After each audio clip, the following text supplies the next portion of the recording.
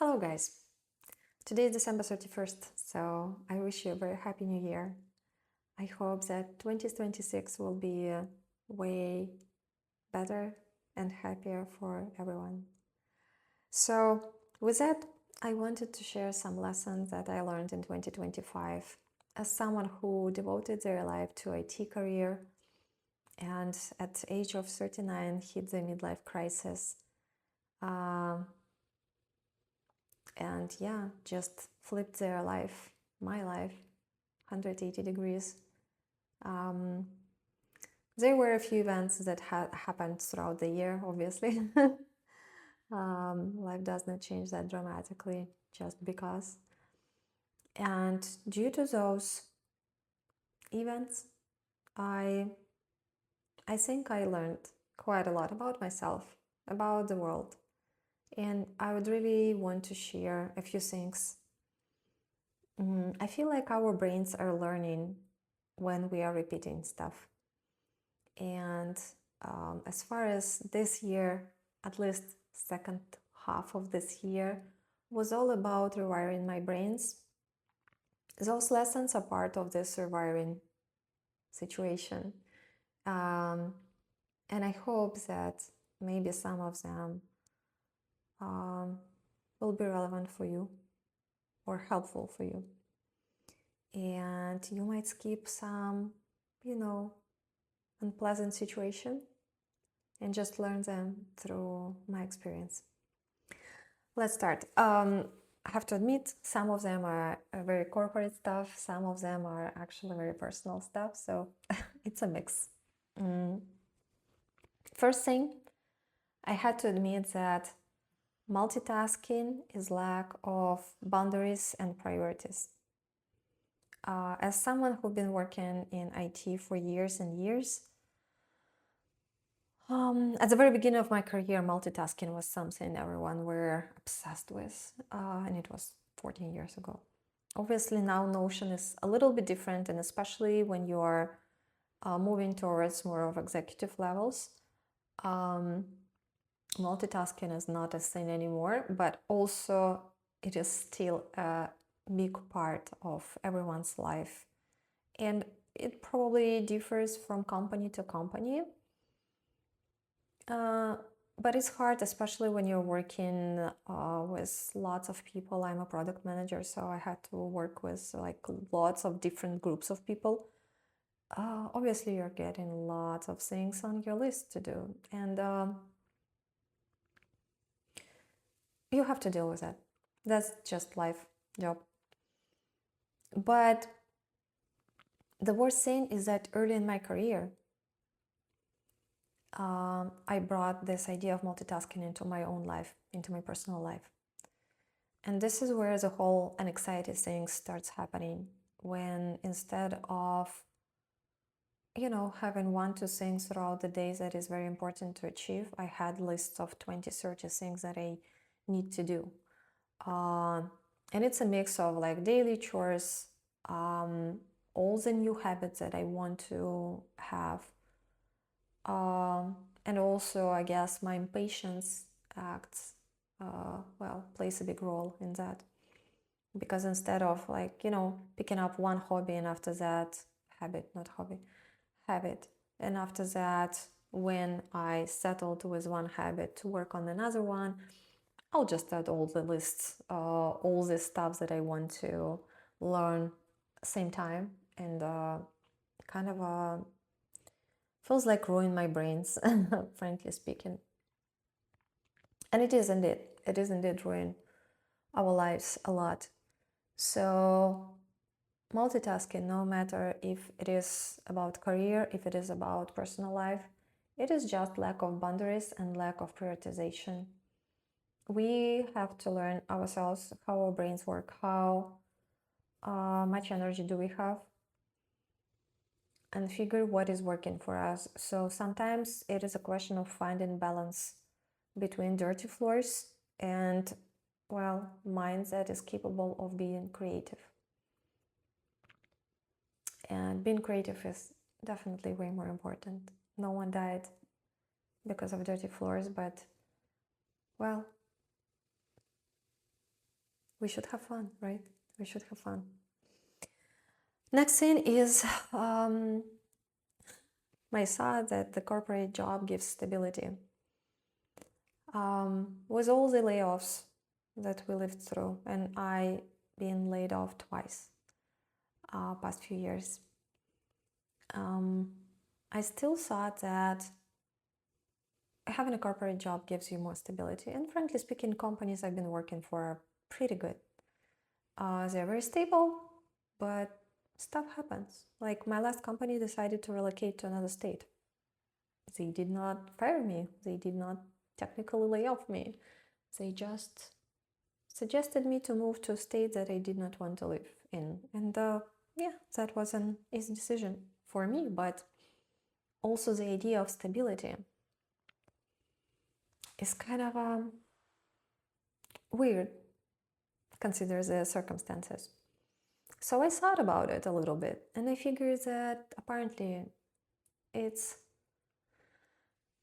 not exactly about fact that you will have your salary. It is about the fact that I am relying on some CEO guy to take care of my tomorrow, to take care of my 401k, to take care of my health insurance. I do not want to be busy taking care of my own life, and would rather shift my priorities towards completing tasks and feel all the appreciation from my colleagues because of quality of the work I'm doing. And it's all good and it's all fun until it's not, until you do not have a job, until the company does not need you anymore, you know?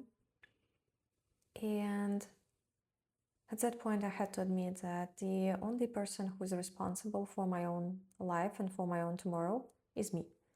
So having a few sources of income, having a skill to admit your skills and to develop the monetization for those skills is important. I feel like I'm in a very good position from the standpoint of job, and I know that a lot of people are not as lucky as I was. But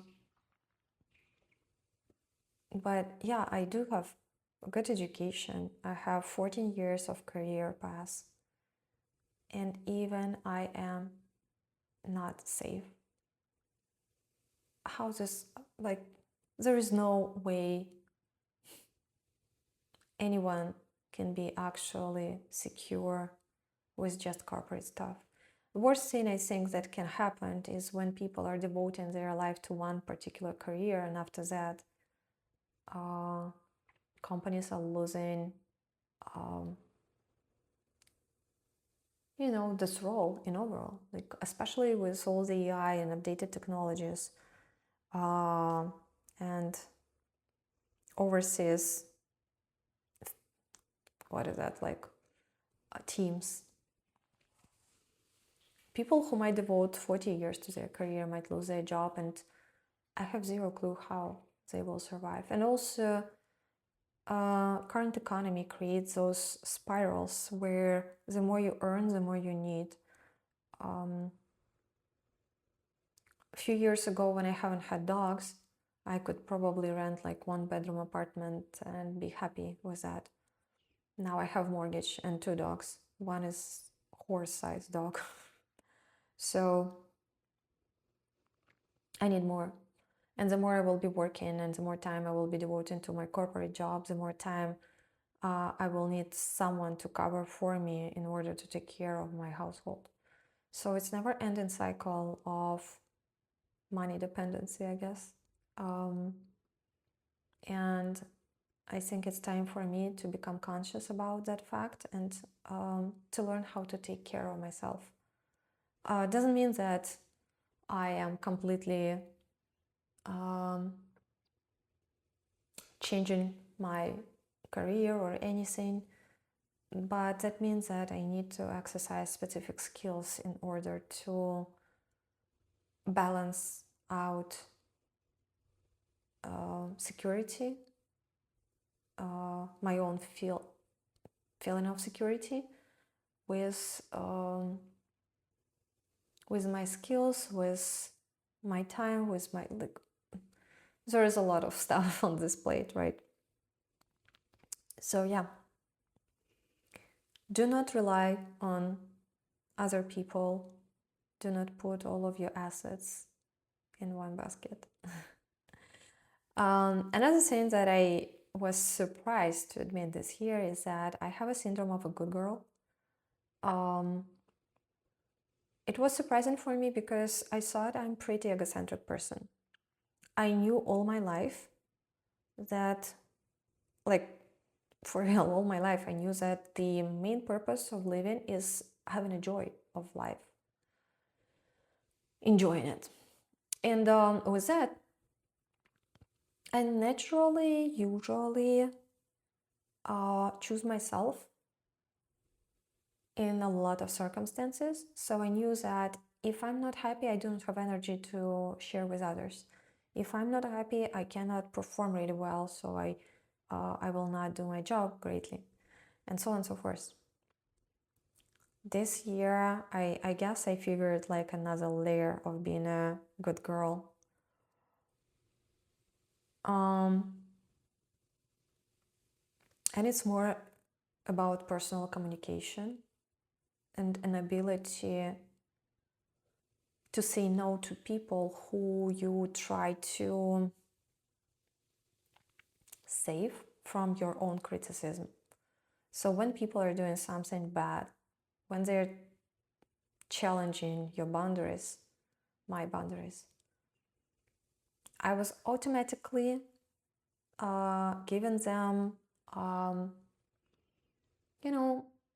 this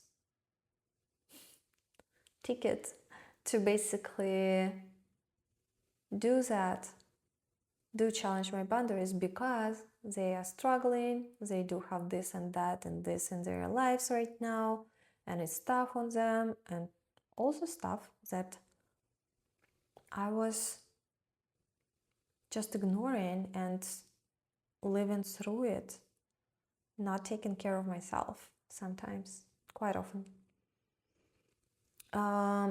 And again, this is something that hard to track because this is the closest circle, and you know that those people are not actually trying to harm you.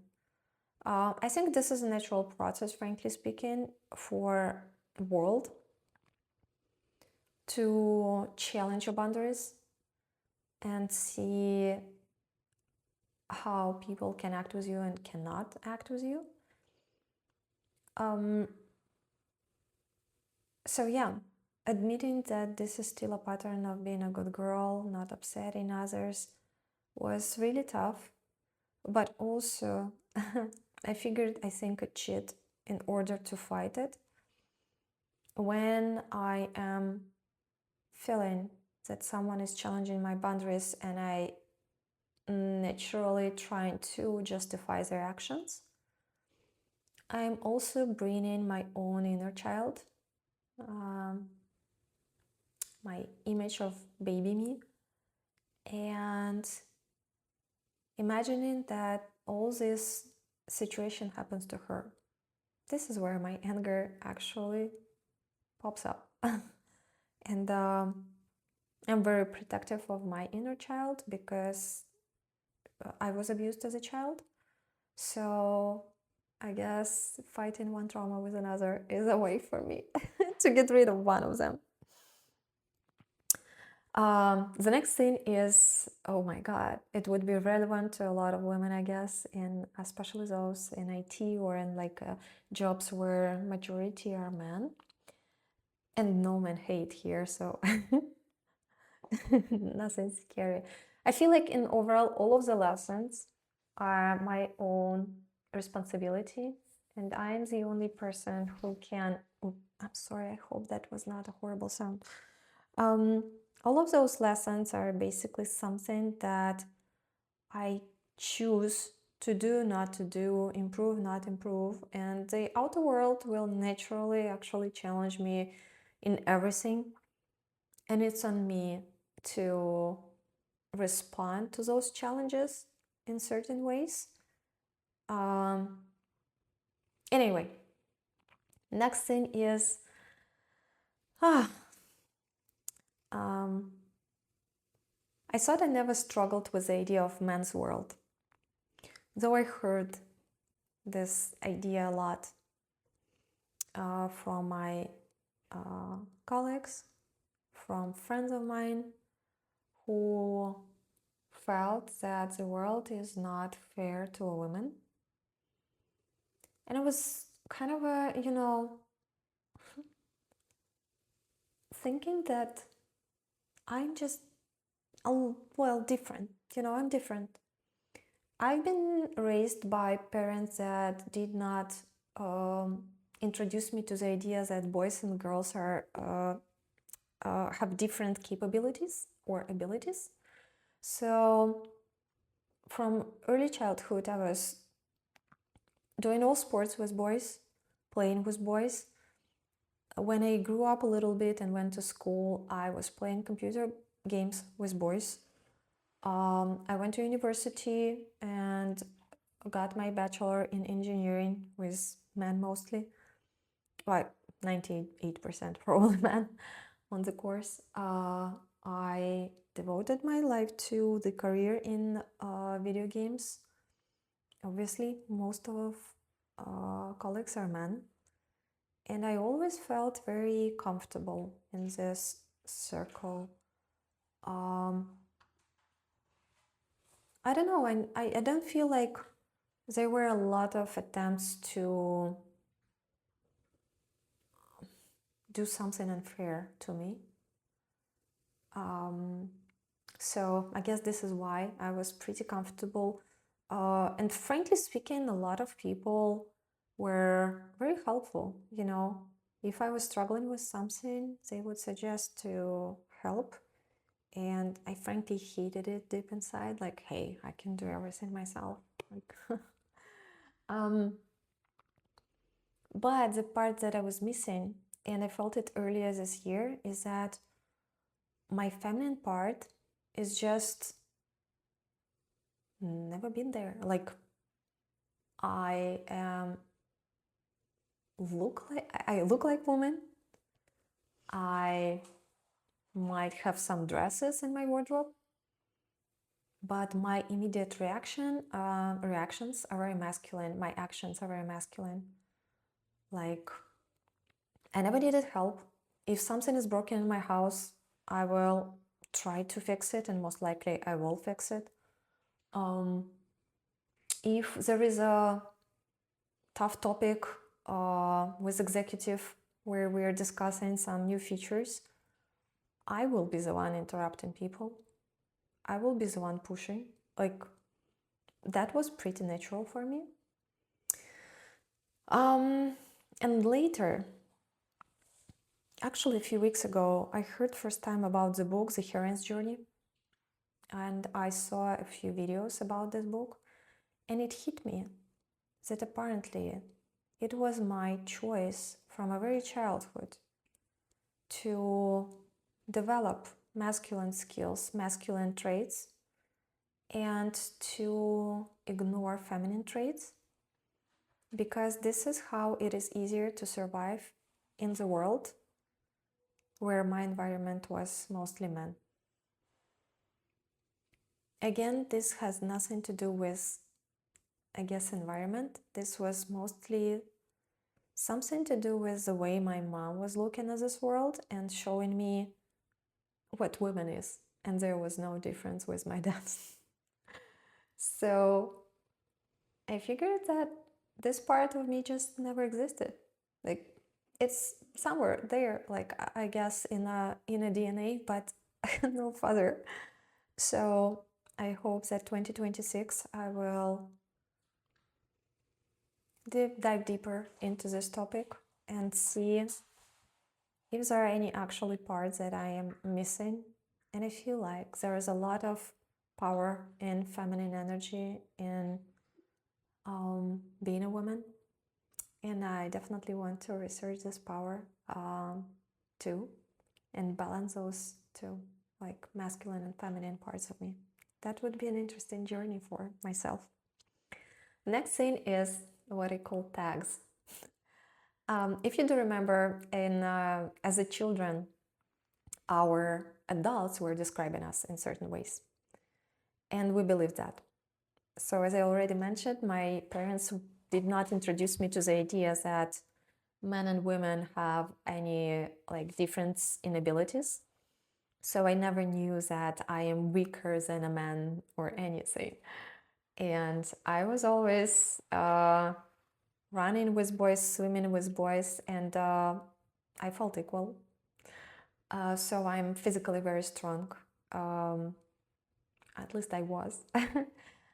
Same was with mathematical abilities. My mom is physicist, my dad is physicist. So the whole idea that I am not like smart in certain topics was not there. More like actually it was never pronounced, but as far as my family is pretty technical, none of family members were too much into arts and literature, history. Everyone were more like, into natural sciences. So from very early childhood, I heard that I'm very smart, but I'm lazy. And this notion went through whole life, that I'm super smart, but I'm lazy.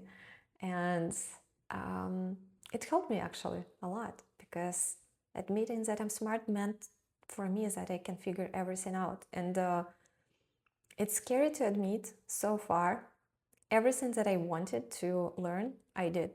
No matter how complex subject is. And I think that it also created a pattern where I am addicted to learning new stuff. And that way I can feel that I am, can confirm and admit that I'm smart, so I'm good for my parents. Obviously, that was important for them. So, trauma's favorite. And obviously there are a lot of bad things that were also named, and I accept them. And I just thought that if, as children, we believed those tags from our parents, from our adults, why wouldn't we create new tags for ourselves? And start new year not with exactly like vision boards or anything, but with the idea who we are. Sorry, my puppy obviously needs to create as much noise as possible. Anyway, why not to start 2026 with an idea who we are as new people? Strong, flexible, smart, financially educated, anything that we want to tell ourselves, we can believe in it and it will become true. Our brains are capable of amazing things.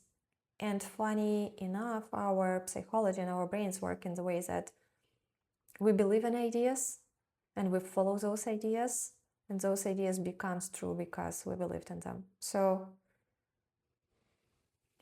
put a few new tags and enjoy your, I guess, better quality of life.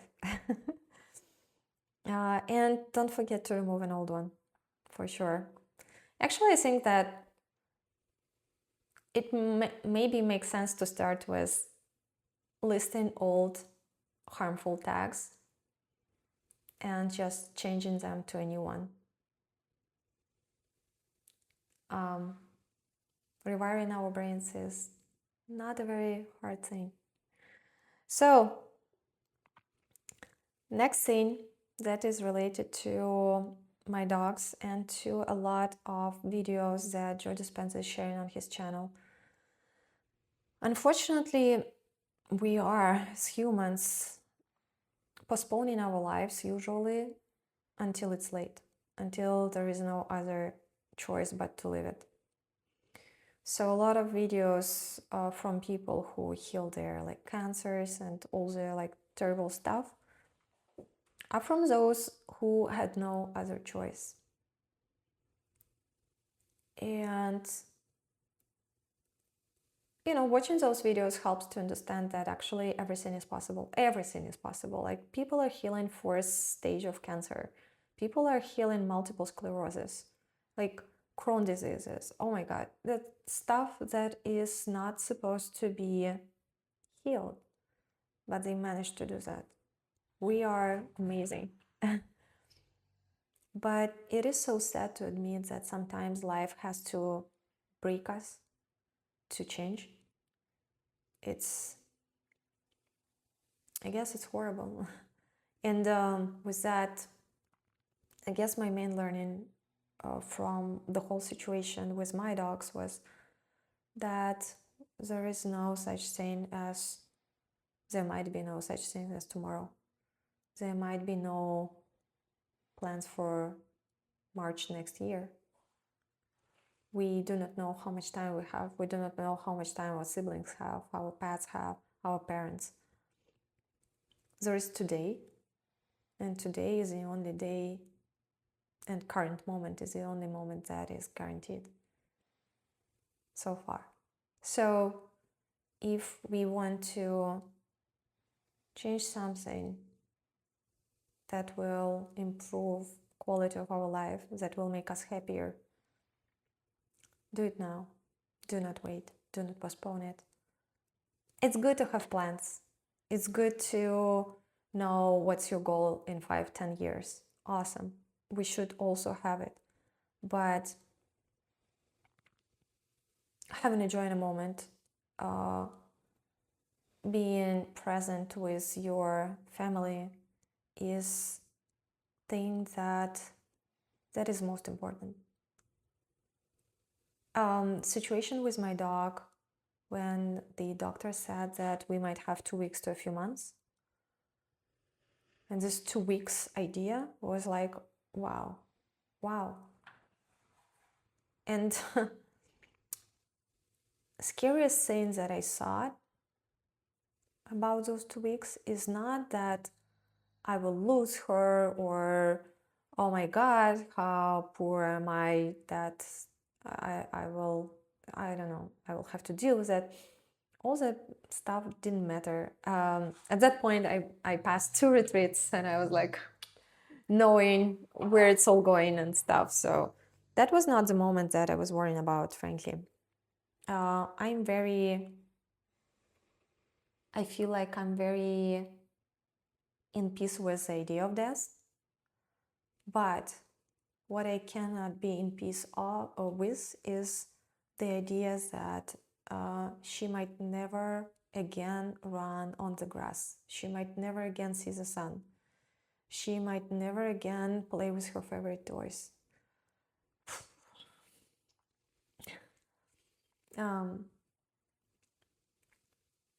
Those things are horrible. I think that this life is given to us to enjoy it. And the feelings that we're capable of feeling is the benefit of being here in this body. So at that point, I thought that death reminds me of, like summer camp. When you are leaving the camp and you have this sadness inside of you for all the things that you were doing and we will not be able to do anymore. I think that we will have the same feeling of missing something. So look at the sky, play with your dog. It's crucial for them. This is their life. Anyway, separate topic.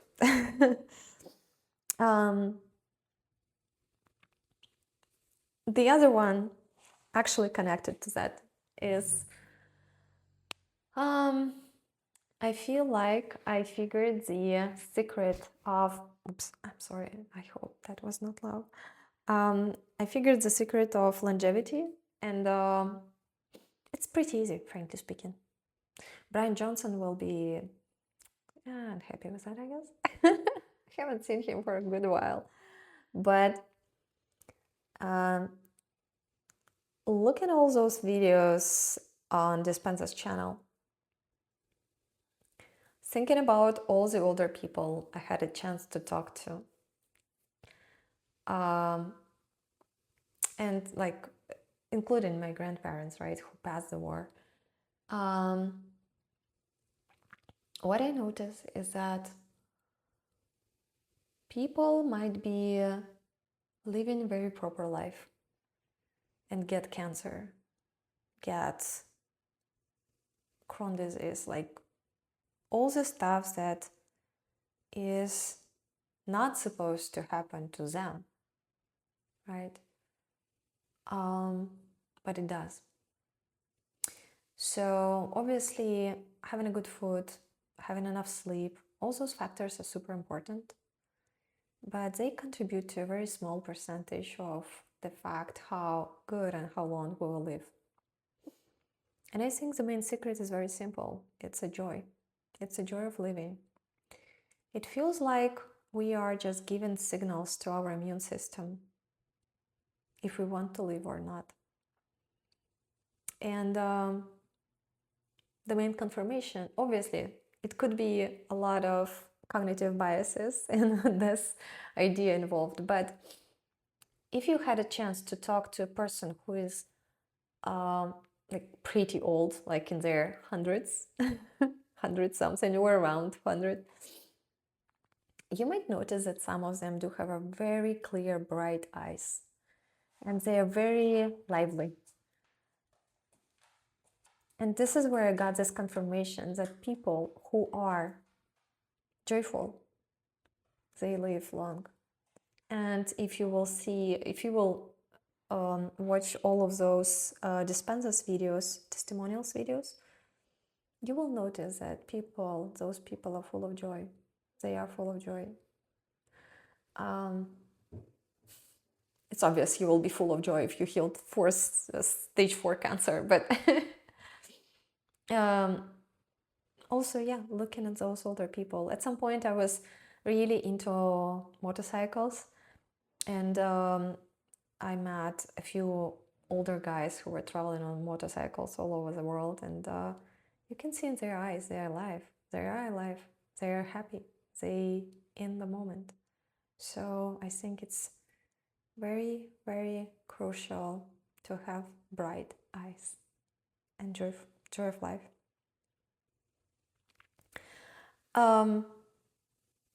Another thing is that I learned that I am